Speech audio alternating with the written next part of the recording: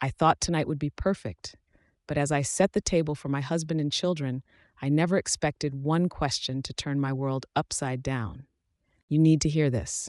My name is Taylor Morgan, and this is not the name I use at work. I go by Dr. Henderson, and my husband, Matt, has never had a problem with it. He understands how important it is for me to keep my maiden name, especially since I earned my degree and certification in clinical psychology before we got married. He was very supportive of this, and that was one of the reasons why we waited until I was 26 to get married. 9 years ago today, we had the perfect wedding. Not too big, not too small, just right, with both sets of our families there to celebrate. My father, Richard, is a great dancer, and he had been taking lessons for 15 years, which is how he met his wife, Karen. Technically, she was my stepmother, but I was already 17 when they met, so she wasn't really involved in raising me. My mother, Linda, was also there, and she brought along her fourth husband, Steve. We had gone through a lot of trouble to get everyone together for the wedding. My mother, Linda, also came with her fourth husband, Steve. We had a lot of trouble getting everyone together for the wedding, but somehow everything worked out. I remember seeing my mom and dad, Karen, sitting at the same table, and Matt and I dancing together after we did the father-daughter dance. Of course, as we couldn't wait to get married, we wanted to start a family right away. Now we have Mia, who is 8, and Max, who is 6, a girl and a boy, 2 years apart, just like my brother Mike and I. I know it's a bit silly, but it makes me feel like I did everything right. They're at home now, and I'm not. I don't even know why I had to go through all of this. I belong in my home, with my family. Matt needs to overcome his bruised ego and accept what is about to happen. What happened? I need to go back and fix this, but I can't. I'm not welcome. I should explain. I came home early that day just like I planned. I had all the ingredients I needed to make Matt's favorite dinner, my mom's meatloaf recipe, believe it or not, and a nice bottle of red wine. I bought Idaho potatoes, sour cream, chives, Wisconsin cheddar cheese, and Brussels sprouts. Idaho potatoes, sour cream, chives, Wisconsin cheddar cheese, and Brussels sprouts. Yes, I know Brussels sprouts aren't everyone's cup of tea, but I roasted them with a little olive oil, salt, and pepper to just the right taste for dessert. On Tuesday, I had a key lime pie and bought some fancy little things from Victoria's Secret for a special weekend. I planned to tell him after dinner, but he didn't know yet. I spent almost an hour getting everything ready, including cooking the meatloaf. I wiped down the table, vacuumed, took out the good cutlery, had a shower, did my hair and makeup, and put on my blue dress, which made my eyes sparkle. I paired it with the necklace Matt had given me for our 5th anniversary. The kids don't really like meatloaf, but I made macaroni and cheese anyway, because the kids don't eat potatoes or Brussels sprouts. Mia and Jake started to fight as soon as Matt arrived from picking up the kids. We tried to get them to change their shoes and pack their things before dinner, while our little tornadoes ran around the house. I plated the food, got them to sit down, poured the wine, and that's when Matt sat down, raising one eyebrow, clearly curious. I gave him my warmest, most loving smile, which made him look even more suspicious, but everyone seemed happy. They all praised my cooking, and the kids gobbled up their meals like little kangaroos, even eating a slice of lime pie. Jack didn't like it, although he said it was too sour. Mia happily finished that one for him, and then we put the kids in front of their favorite movie. They'd probably seen it 1,000 times already. Matt nudged me gently back into the dining room. By the time I arrived, he had cleared the table and loaded the dishwasher. A glass of the remaining red wine was waiting for me, and he poured himself a neat Glenfiddich, a habit he had picked up from my father not long ago. He sat down and looked at me expectantly. Are you going to tell me what's going on tonight? Shouldn't the husband usually surprise the wife by preparing a sumptuous dinner? Oh, of course. I gave him a playful smile and said, I've had a wonderful time every minute of the evening. The food was delicious, and you look as handsome as ever. You've obviously gone to great lengths, but today is neither my birthday, nor your birthday, nor our anniversary, nor even Valentine's Day. As far as I can tell, it's just an ordinary Friday night, so what's so special about it? Okay, you got me. I winked seductively and said, I might need a little favor from you next week. Oh, what is it? I'm going to Chicago next week for a conference for 4 days. From Tuesday to Friday, I fly in on Monday night and fly back on Saturday afternoon. So you'll have to hold down for a few days. His expression became sullen, and I thought I needed to up the ante to seal the deal. Tiger, I'm going to blow you away this weekend. When I get back, I'll lean forward and sweep my skirt with a provocative glance. I'll definitely work harder. I said, let the words flow slowly, speak slowly, try to sound more seductive. Aha, he nodded, but his face showed a look of doubt. Why am I hearing about this now? This was a last-minute decision. Taylor planned it. They planned it at least a year in advance, and I just received the invitation now. Aha, did I hear you say I'm going? No, I'm considering it. Or is it okay if I go, or should I tell them I have to ask my husband first? No, you're just going to finish the story, and I'm the last person to know. Please, don't get angry about this, Matt. Just this once.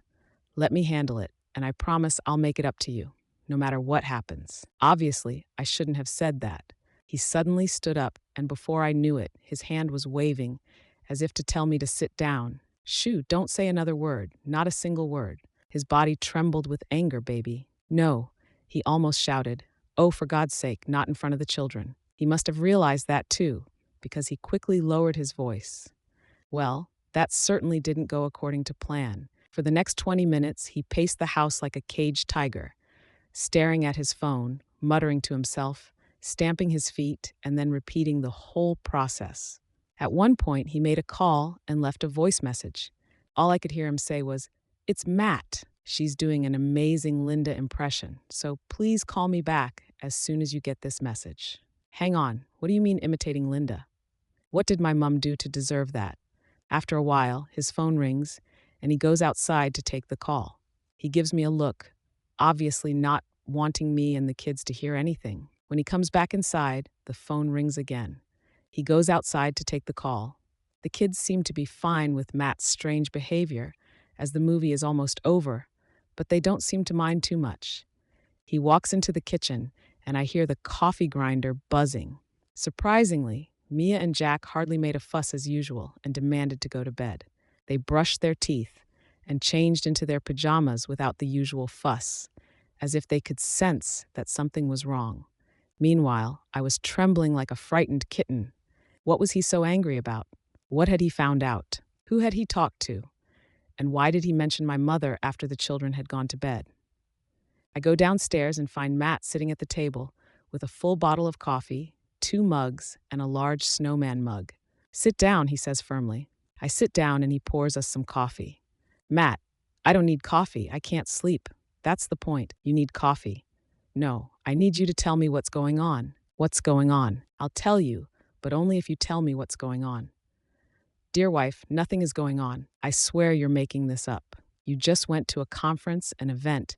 That was good for me, yes, a growth opportunity." He took a big sip of his black coffee. "This is worse than I thought." "What's worse than you thought?"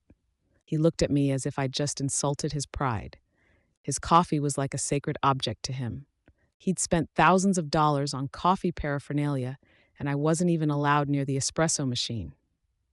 Seriously, never mind the coffee until we've had a proper discussion. Do you think I'm an idiot? Of course not. Are you sure you're the psychologist with the advanced degree who's smarter than me? Do you respect me? Absolutely. Then let's get this straight. Do you respect me? As your husband, partner, man, human being. I do and more. Matt, you are my husband. You are a good man, my partner, my lover, my best friend, the most important person in my life, and I feel very lucky to have you by my side. I hope you remember that. Oh no, our conversation has completely taken a turn I wasn't expecting.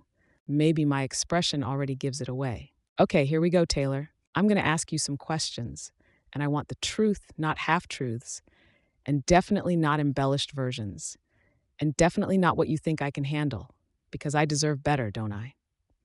Agreed, Matt, I don't think you need to do this. If we continue like this, the conversation will be very short. Tyler, okay, agreed, very well. Before you answer any questions, please understand that I already know more than you think. I haven't grasped it all, but it's enough. You also know less than you think.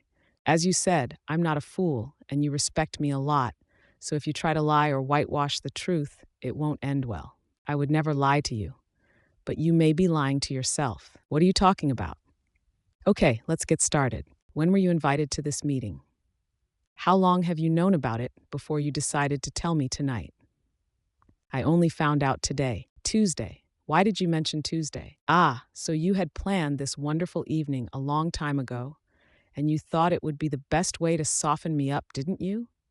No, it wasn't like that. His silence spoke louder than any words.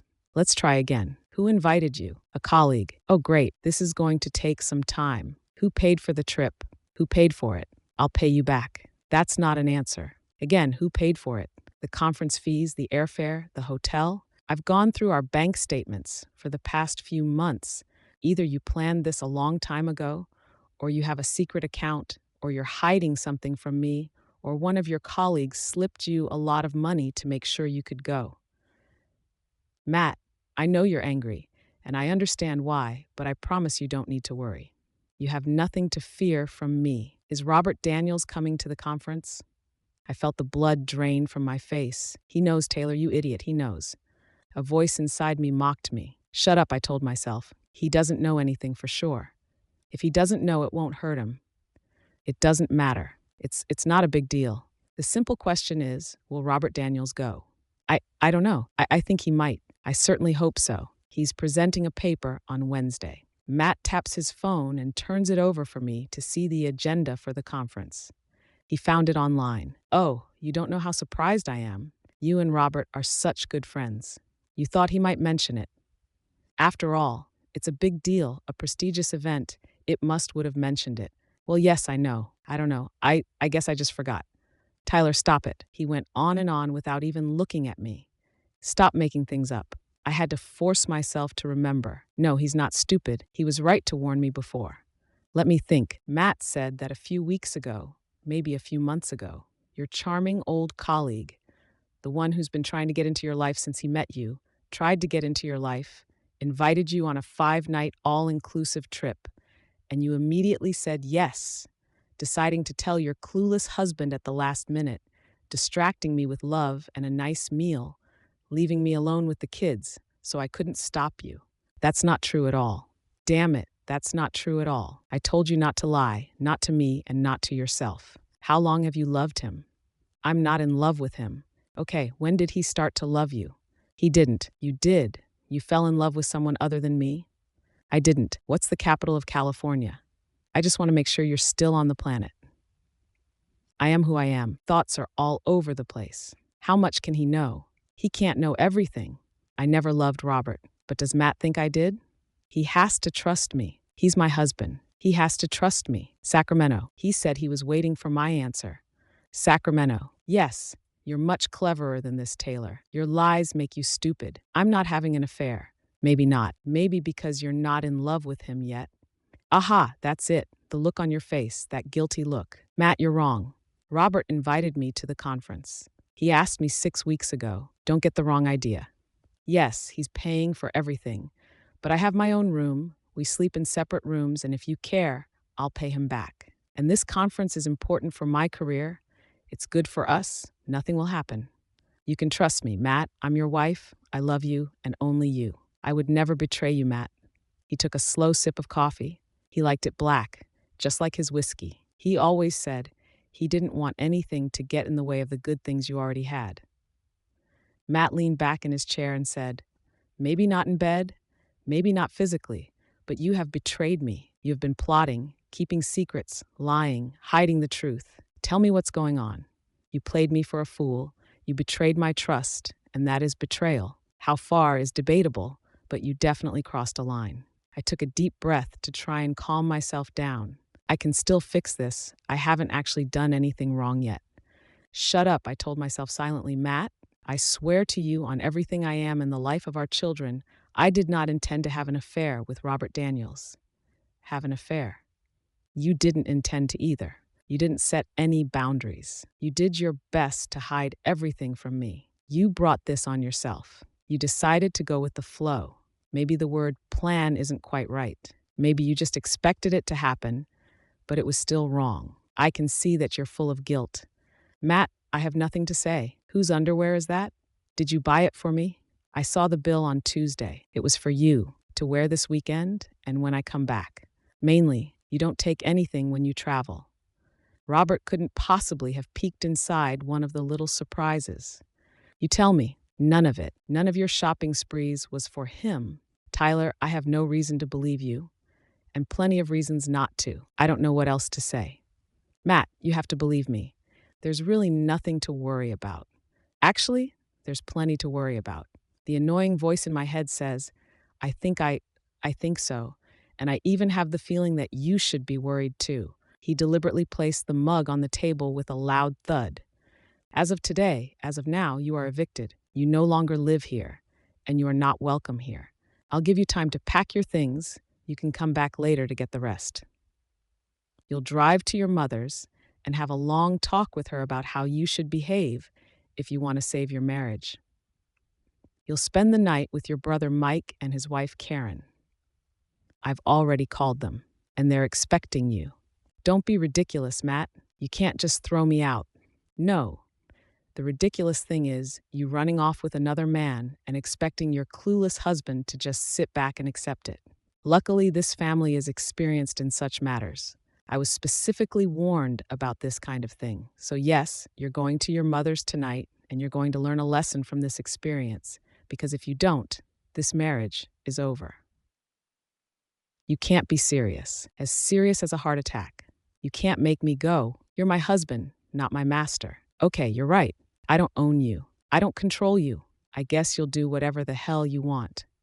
Okay, please don't pay any attention to what I say, but just so you know, this door goes both ways. And if I don't like what you do, you can't stop me from divorcing you. You don't mean that, Tyler. This isn't about you. This is a marriage. It's a partnership. The moment you leave the partnership, you cease to be my partner. It's as simple as that. Either we work together or we don't. I can't believe it. I can believe you saying the word divorce so easily. I haven't done anything wrong. You can't divorce me after one meeting. I'm divorcing you anyway. I've decided, since you've already ruined our marriage, I might as well get a divorce. The house, the kids, the money, we can sort all that out later. I'll call the lawyer tomorrow and you'll get the summons next week. If you don't want that, if you want me to stop, then you do what I say and go see your mother right now. Seriously, I won't even be there until midnight, and she'll stay up for you. He said something about the phone. Is he sending a message? I talked to her 20 minutes ago. She knows what's going on. My phone rang. You earned it, Matt said in a sharp tone. I looked at the screen. It was Mom. Hey, Mom. Tyler, what's going on? Drive over here right away, or if you prefer, wait until you get back from Chicago and find out you don't have a husband waiting for you. Mom, come on, it's not that serious. He's just messing around. Tyler Marie Morgan, he's not messing around. You don't know what you're getting into. This is completely out of your control. Will you just listen to me? It's my second marriage. I know what divorce is like. So do what he says, or Nathan will be your first husband. I'm baking cookies. I'll see you in a few hours. Be safe. I love you. She hung up and my phone rang again. It was my brother Mike, who had obviously also received a message from Matt. Mike, I answered, feeling terrified. You really screwed up this time, sis, didn't you? There's a decent bed over there. Barones and I are still sleeping with the baby. So it's all yours if you need it. I don't know how long you're going to be with Mum, but give me a call when you're coming over. Don't worry about waking us up. We'll be with the baby all night anyway. I'm not coming over, Mike. You don't need to. Oh yes, that's non-negotiable. If you're not here in the morning, don't bother coming at all. And don't even think about being my baby's godmother or trying to get us on your side, because no one would want to see you become the victim of a family curse. Now go. He hung up. I stared at Matt, completely at a loss. What on earth did you tell them? I told the truth, he said, standing up, and they have a lot to share. Now after coffee, pack your bags. I'll make you a double of that pick-me-up drink you had on the way over. He picked up the Yeti mug and then turned back to me and said, I'll take care of the kids. I'll tell them the truth they need to know, and I'll talk to the family tomorrow. I'm not going to call Chuck and Bethany right now because I don't want your father to know about this yet. He'll die if he finds out. What did you just say? What the hell is going on? Mike also mentioned a family curse, something you need to talk to your mother about. My dear ex-wife, by the time I left the house, I had already had a skim milk coffee with 2 sugar cubes, a 16-ounce Yeti filled with a double non-fat caramel latte, refueled and visited the bathroom. Shortly after midnight, I pulled into my mother's driveway. The garage door opened as I approached, and I parked in an empty space. Doug's car wasn't there. Where had he gone? Darling, it's so good of you to come. Mum greeted me with more joy than I could have imagined. To be honest, if you hadn't come, she would have shaken her head. That would have been a disaster. Come on in, Cookie. Do you want some tea in the kitchen? At 60, Mum was still radiant, her figure well maintained, her posture perfect, and despite having given birth to 2 children, there was no sign of osteoporosis. Her black hair, with a few streaks of gray, is still shiny and full of life, and her deep blue eyes are just like mine. I can only hope to be half as good when I'm her age. She starts to pour tea, even though I haven't actually said I want any. Nothing decaffeinated, please. I'm already nervous enough. Matt let me have a cup of coffee, double strength. It's chamomile. You'll be fine. She gave me a long look. You were talking to Matt when you were wearing that dress. Yes, he didn't even give me a chance to change. He just rushed me out the door, made me throw a few things in a bag, and then he threw me out. Oh my God, what's wrong with the dress? You look great in blue. I know, sweetheart, and I miss him too. But wearing a dress like that, it's a bit much, don't you think? What are you talking about? What is this family curse Leon mentioned? Why won't anyone explain it to me? She handed me a plate of freshly baked gingerbread and also carried a tray with a teapot and 2 delicate bone china cups. Come and sit in the living room. Make yourself comfortable. I'll explain everything. The TV in the room paused a football match, which made me feel strange. Mum never watched football. In fact, she usually avoided it. Where's Doug? His car's not in the garage. If he's not here, why are you watching football? I guess that's part of the story. Doug isn't spending the night. He's with Brian. Brian? You mean his friend Brian? Wait, you mean they've been together for almost 20 years? I've known Doug since they were a couple, but why did you marry him? It's complicated. Doug and I are both married. I know that gay couples getting married is commonplace these days, which would have been unthinkable when we were young. But at our age, there are still many people who are afraid to come out. Doug never came out completely, not even to himself. He knows he's gay and he admits it, but it's not something he sees when he looks in the mirror. He's not going to live his life as a gay man, and he's not going to be part of an openly gay couple. He's not that kind of person. It's not out of shame. He doesn't think there's anything wrong with it, but it's not who he is. I think he needs to marry a woman. His relationship with Brian is a bit of an exception. They love each other very much, and it's really sweet, and I'm happy for them, really. I think I'm just like what they used to call a bearded man. It's an old-fashioned term where gay men and lesbians used to marry to satisfy society's expectations, but they would have their own private lives outside of the marriage. Sometimes these arrangements were friendly, even loving, even if they weren't romantic. But why? You're not gay, are you? No, my dear, she sighed, I'm not gay. Then why did you do it? Because it was the truth, she whispered. I ruined all my marriages through selfishness, thoughtlessness, stubbornness, and sometimes cruelty. None of my husbands deserved what I did to them. I took them for granted and trampled on their hearts, your father in particular. A few tears slipped down her cheeks, following the path they had walked before. But I still love him, I always have. I think you've seen that. Yes, I think so. You too. You don't talk much. But I've noticed over the years that you both like maths, and so do I. So don't be like me. She looked up at me with sadness and regret on her face. Don't be like me, please. And then she broke down and started to cry. Mum, I don't understand like you. What's wrong? After a while, she suddenly stood up. I wanted to get up too, but she gestured for me to sit down. I needed to get something. I heard her rummaging around in one of the spare bedrooms. As she left, I glanced at the TV. The match wasn't being shown. It was paused on the 2 commentators. They were both handsome men in their 50s or early 60s, probably former footballers, their bodies a little out of shape after all these years. When she returned, She was wearing a blue dress with a transparent plastic dry cleaning bag over it. It was not quite the same as the one I had worn before. The cut was completely different, but the length and color were almost the same. "I put this dress on the night I left your father," she said, with a strong note of regret in her voice. "That was 30 years ago. I don't know why I've kept it all these years. Maybe to remind myself of my foolishness. Maybe because it reminded me of the happy times I had with Andrew. Or maybe just because it was a beautiful dress that made me feel like myself. I only wore it once that year for my birthday, and I made a bad situation worse. After that, I never had the courage to wear it again." Mum looked at me with an unprecedented look. It was February, freezing cold, with snow piled high, and we could barely see the sun. "I bought the dress for Valentine's Day that year, but we had to cancel our plans and stay at home with you and Leon instead. Andrew never even saw the dress. What's worse, that year was a leap year, so there was an extra day in that miserable month. Every now and then, a strong, handsome man comes along and makes a group of women realize that they are the perfect candidates for an affair. At the time, I formed a social circle with the other women and their husbands. I can't even remember their names now. As couples, we were friendly, polite, and even happy. But when we were just women, you've never seen such a scheming, gossipy bunch of backstabbing women with hidden agendas. We spent hours discussing who would be the first to cheat if we met the right man. Mum, I have a vague feeling where this story is going.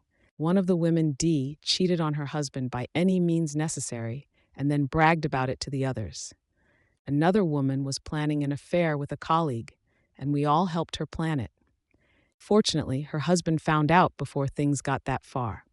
Until one day, what have I done? She paused, her throat tightening, looking down at the laundry in her hands, her eyes beginning to fill with tears. There was a local sports star who liked to go to clubs and bars and specifically seduce married women, taking them away from their husbands.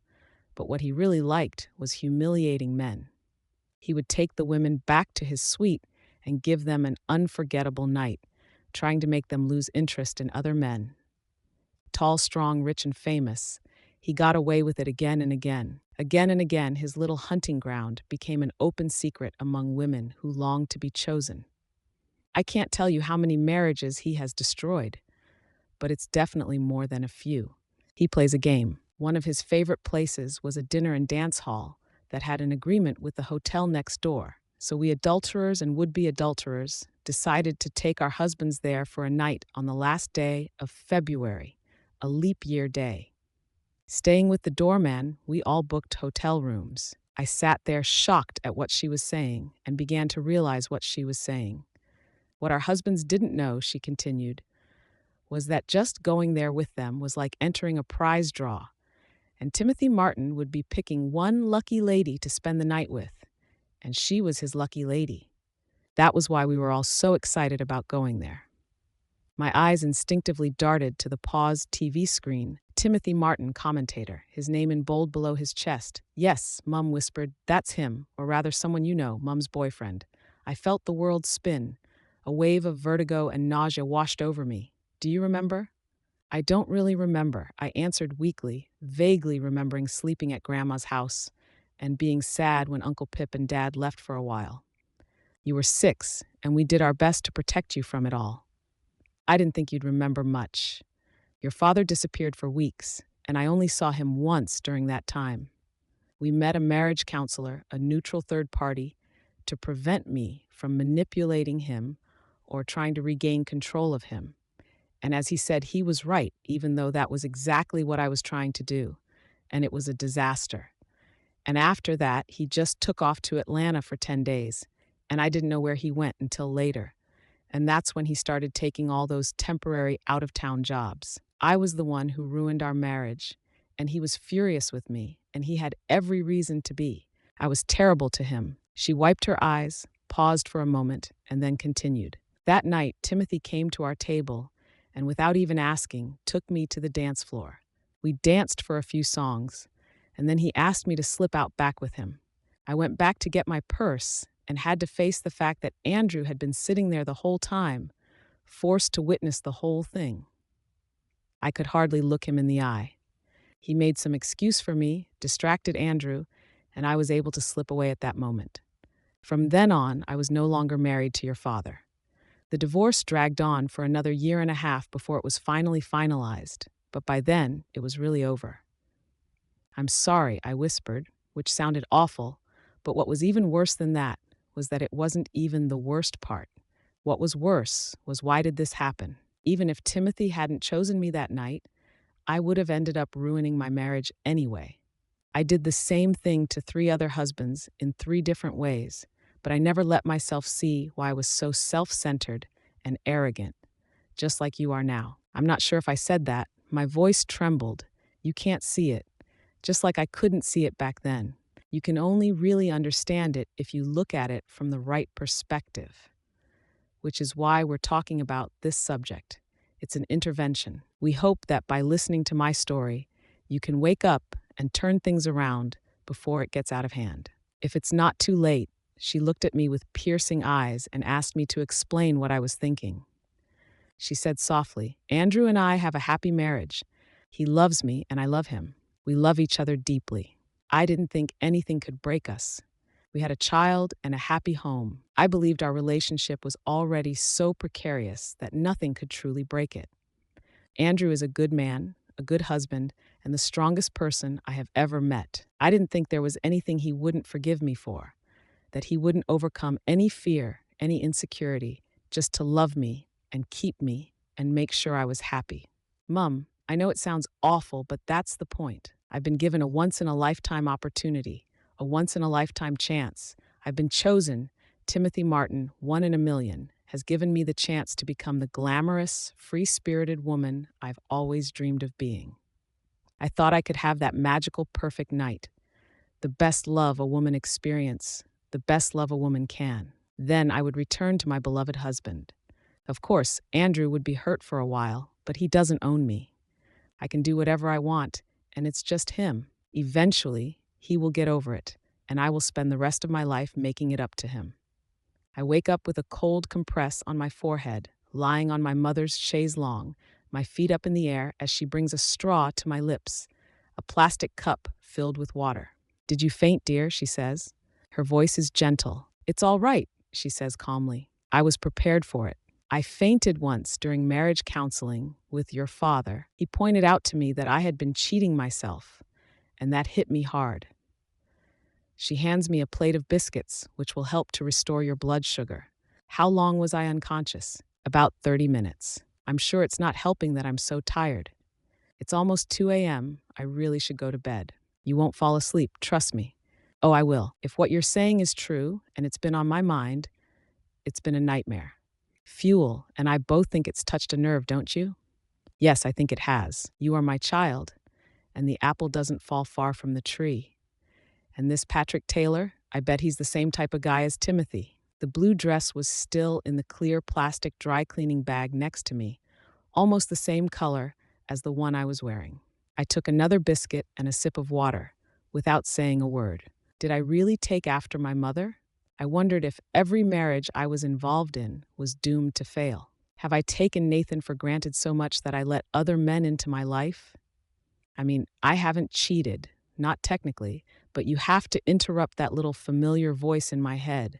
"Let's not pretend, shut up." I whispered, "No, not this time. You'd better start listening to me or your marriage is over." The voice in your head argued, and Mum asked softly, "How do you know?"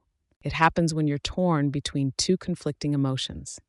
It's a sign of inner turmoil. She let out a long sigh. I'm good at silencing the right voice. You know, I'm the one who should become a clinical psychologist, right? The only person a clinical psychologist can't diagnose or treat is herself. Yeah, please don't always be right. Oh no, no. I've spent most of my life with my head buried up to my ass. I can almost see my belly button. I know you keep telling yourself that giving yourself to another man is perfectly normal, that it's exciting, that it makes you feel alive and attractive and valuable. Even if Nathan never finds out, there's no risk. But even if he does, he's a good man. He'll forgive you or find a way to live with it. And the idea of that is addictive, and you'll get hooked and it'll ruin you, and it might even ruin you. She'll be fine if it's just about you. Enough to be tragic, but it's not. It affects Nathan, Mia, Frank, Leon, me, even your father. Watching 3 generations of Peterson's women descend into the same self-destructive pattern will break him. 3 generations. I asked, stunned. Nana never cheated on Dad, did she? No, not that I know of, but she was a weak person. Not a Peterson. I'm talking about Gamma Carol. She cheated on Bob. No, she cheated on James Andrews' father when he was very sick and dying. She had a boyfriend named Ralph after James. Not that I know of, but she was a true blue Peterson. I'm talking about Gamma Carol. She cheated on Bob. No, she cheated on James Andrews' father when he was very sick and dying. She had a boyfriend named Ralph, and she married Ralph after James died, but it didn't last long. They were both cheaters, so there was no trust. She met Bob a few years later at a cancer support group. Andrew didn't speak to his mother for 6 or 7 years. He blames her for killing his father, not with cancer, but by losing the will to live. He found out about Ralph almost immediately and didn't hold back for long after that. You were only a baby at the time, so I'm not surprised you don't know any of this, Mum continues. I really got to know Gamma Carol and Bob when we started visiting them in Colorado. By then, I think you and your dad had divorced. Yes, after the divorce, he started talking to her and he eventually forgave her. But it was always a sensitive subject, and Carol blamed herself for James's death. It was the only thing she and Dad could agree on, and it helped them rebuild their relationship. Then Dad and Bob became friends. Bob never did anything wrong, so even though he forgave his mother, he never forgave you. He eventually did, she whispered at your wedding. In fact, it took him 20 years. Even so, I don't deserve it. I've never really been sorry for what I did. I have certainly apologized countless times, but each time it was only about the price we paid, about the hurt he felt. Deep down, I believe that those feelings were his fault. I have never really apologized for the affair itself. In fact, I am proud of it. Pride is the key, but it wasn't really an affair, was it? It was just a one-night stand. No, she says, shaking her head. It really wasn't just a one-night stand, Mum. I asked Taylor, shocked. She said in a steady but heavy voice, being single has always terrified me. I've never lived alone. I don't even know how to live alone, because I've been in love since I was 16. When one relationship ends, I already have the next one. I can't face being alone. Your father was much cleverer than I in that respect. He gave himself time to figure out who he was before getting serious with anyone. I'll never understand how he managed it. I met Timothy the night I gave him my phone number, and we kept calling and texting after that. I didn't plan it, but 2 weeks later, on St. Patrick's Day, I ran into him again at an Irish pub he frequented. I acted as clumsily as I had the first time, even though my marriage was in jeopardy. I saw him on and off while trying to convince your father that I was, and I kept telling myself that it had nothing to do with my marriage to Andrew, and that he couldn't hurt him if he didn't know. In retrospect, I can't believe how stupid and selfish I was. I even pretended to break up with Timothy. We pretended to have a phone call. I told him to leave me alone. I played the recording for your father to hear. But Timothy kept in touch until he was sure that my divorce was final. And then he just moved on to conquer his next target. I think her name was Maureen. It doesn't matter. I was already planning my wedding to Jeff. Mum, you need to know the whole truth. She said, her voice was shaking. It wasn't just about your father and Timothy. The pattern continued. Jeff was a good man, but he wasn't Andrew. I married him because he was there. Maybe if I had tried a little harder, our marriage might have worked. But I didn't. I focused on raising you and Leon in the family home, which meant that to Jeff, it was just a half-wife. I convinced myself that if he loved me, he would accept the fact that he didn't have a choice, because he was a good man, a kind man, and if he was a good husband, he would fulfill any need I had, no matter what he thought or felt.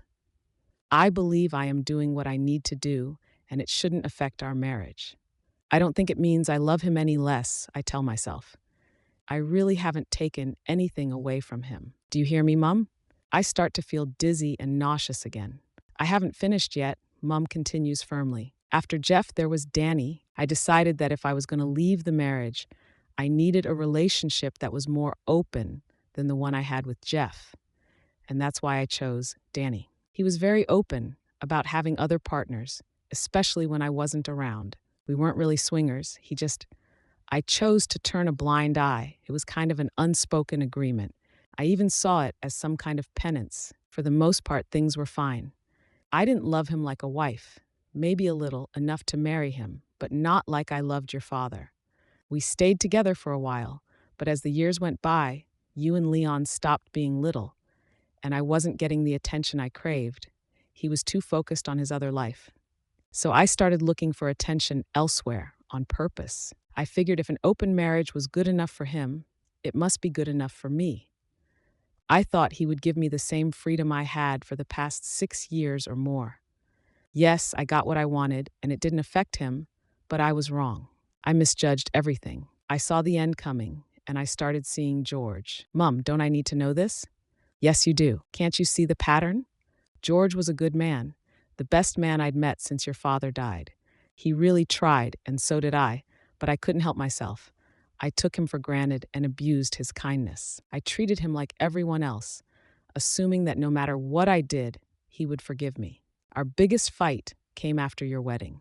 I pretty much ignored George because I was so focused on trying to reconcile with your father, not because I wanted to make up with him, but because I needed to sort my thoughts out. It was Andrew who pointed out to me that I wasn't treating George with the respect I had shown Jeff and Danny.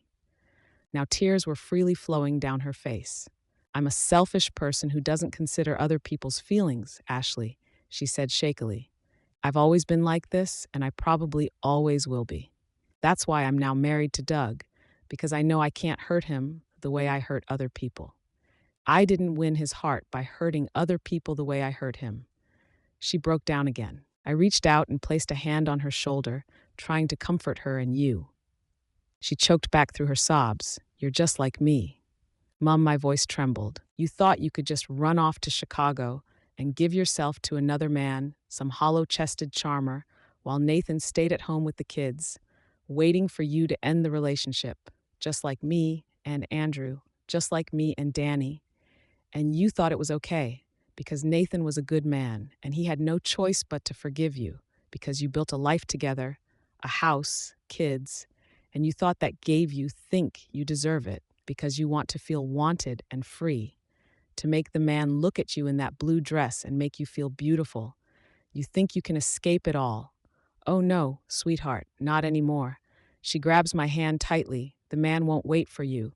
You might as well flush the ring down the toilet and give Nathan what he wants in the divorce. But I wasn't finished. The nausea came like a tidal wave, quickly turning into a tsunami. I stumbled back, my legs weak, and fell to the floor, shaking.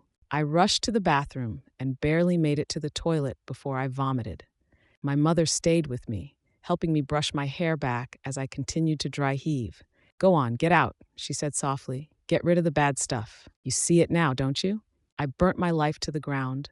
I destroyed everything again and again, and I never stopped. Do you dare make the same mistake? She said firmly, she said. It was strange that the human body could cry and vomit at the same time, but I did. My head was a mess, full of guilt and shame, just like my stomach. You stupid, stupid idiot, she shouted at herself. What is wrong with you? How would you feel if Nathan did this to you? You foresaw it, he did too, everyone did. You are just a stupid liar. Didn't he say that someone had warned him? You don't deserve him. You don't deserve your family. You don't deserve Mia and Frank. You don't deserve your happy family. You don't deserve to marry anyone. You'll end up just like your mother. You think and act just like her. And now you're on the same path as her. After a series of meaningless marriages, you'll end up alone and in the same hell. These thoughts have tormented me for 9 years.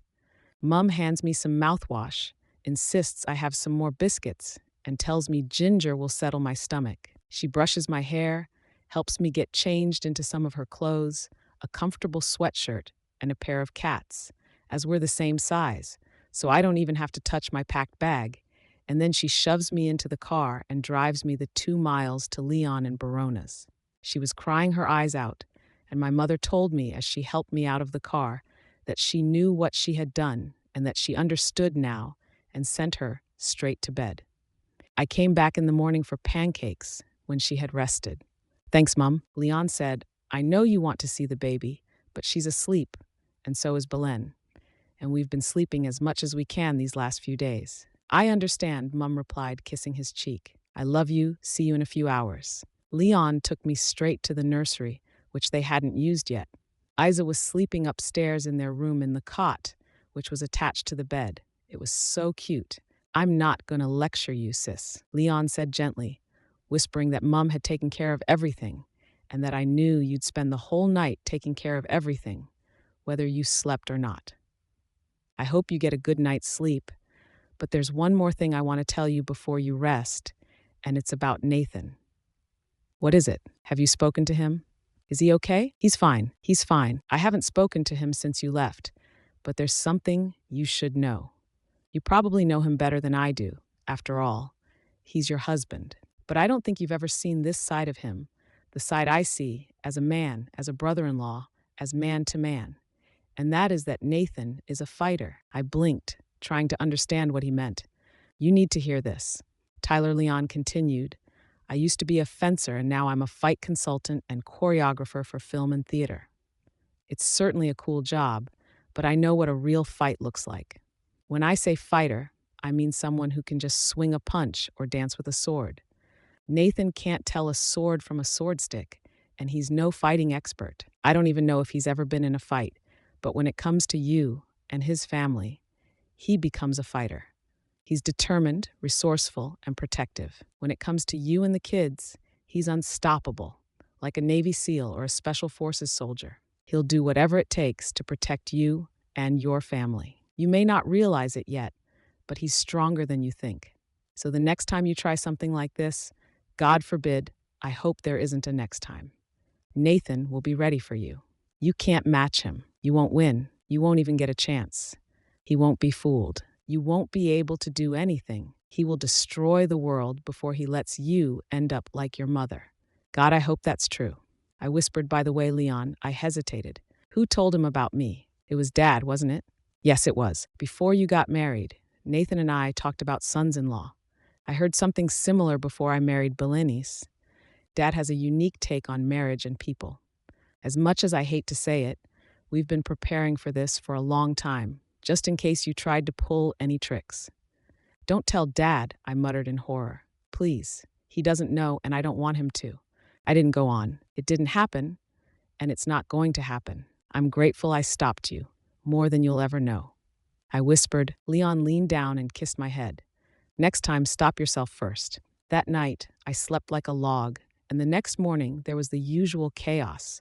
The children running around, shoes missing, teeth unbrushed, just a change of house. It was much quieter now that Mia and Frank had grown up, but strangely I found myself missing the little toddler maniacs. Baroness, my brother's wife, is an excellent mother with a soft Belgian accent, blonde hair, and cornflower blue eyes. 7 months after Isa's birth, she has already regained her perfect figure. Her gymnast body looks as fit as ever, and her breasts have a more pronounced curve. Dare to provoke her. My brother is a warrior, and he will always protect her until she is 90 years old. Those pancakes were the best I've ever had. Nothing makes food taste better and brightens up the world like a good cry and hope for a better day. Mum drove my car to the restaurant to pick us up. Martin, as we walked out of the restaurant towards my car, Mum got into Leon's car and went home. She told me that was my blue dress. I no longer wanted it. I knew it was long out of fashion, but I thought it might have been in fashion once or twice. You could say it's retro. She gave me a half smile and shrugged, saying, Woman, and pretty one at that, you can make your own decisions and do what you want with it. Just please don't use it to break your husband's heart. And whatever you do, don't let your father see you wear it. It might give him a heart attack. I won't. Thanks, Mum, and have a safe trip. I love you. I love you too. Thanks for everything. When I started the car, I had already sent 2 messages. Patrick, I'm not going to Chicago. Cancel the flight, the hotel room, and the conference attendance. Refund the tickets yourself. Find someone else, preferably unmarried, and don't talk to me again unless it's purely for work-related reasons. Even then, keep it to a minimum. For your own safety, stay away from my husband and brother. They know what you're up to, and even before you've started to try, I can't guarantee what they'll do if they see you. The second letter is addressed to Nathan. Nathan, I know what's going on. Mom and Leon asked me to come home and find you. I'm so sorry. I'm so sorry for making you doubt me. I'll never let anything like this happen again. I'll never take you for granted or underestimate you. You'll always be my first and last. Thank you forever. You caught me before I made the biggest mistake of my life. Now I know what a family curse is, and I promise I will stop myself from now on. You deserve so much more than the insults and stupidity I have shown. I swear to you that I will never do what I did when I was driving home. It suddenly occurred to me what I was going to do with my mother's blue dress. I was going to burn the damn thing.